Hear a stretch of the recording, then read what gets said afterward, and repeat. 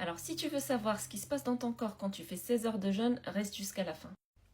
Alors à 20 heures, le dernier repas est terminé. Donc là, c'est le début de la digestion. Ton corps utilise le glucose comme source d'énergie. À 22 heures, c'est le début du jeûne. Donc là, la digestion est terminée, l'insuline commence à baisser et le corps commence à puiser dans ses réserves de glucogène pour maintenir un niveau de sucre assez normal.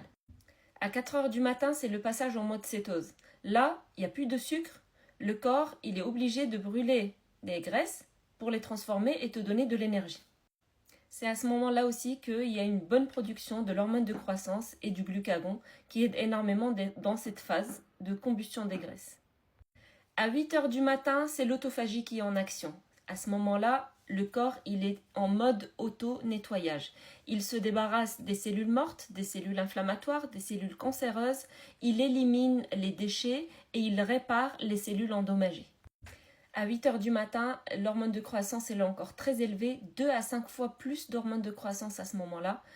Ça aide énormément à fabriquer de la masse musculaire, ça stimule le métabolisme et ça aide à la perte de poids. Entre 8 heures et midi, si on ne mange rien, l'insuline ne monte pas et le glucagon reste élevé. Ça veut dire que le corps continue à brûler jusqu'à midi. À midi, c'est la fin du jeûne intermittent. Donc là, ton jeûne est terminé, ton corps est prêt à recevoir de la nourriture avec une meilleure sensibilité à l'insuline et avec une meilleure énergie. C'est un petit aperçu de ce qui se passe dans notre corps quand on fait 16 heures de jeûne. N'hésite pas à me dire en commentaire si l'information a été utile pour toi. N'hésite pas à la partager avec les personnes intéressées et abonne-toi pour plus de conseils. Merci.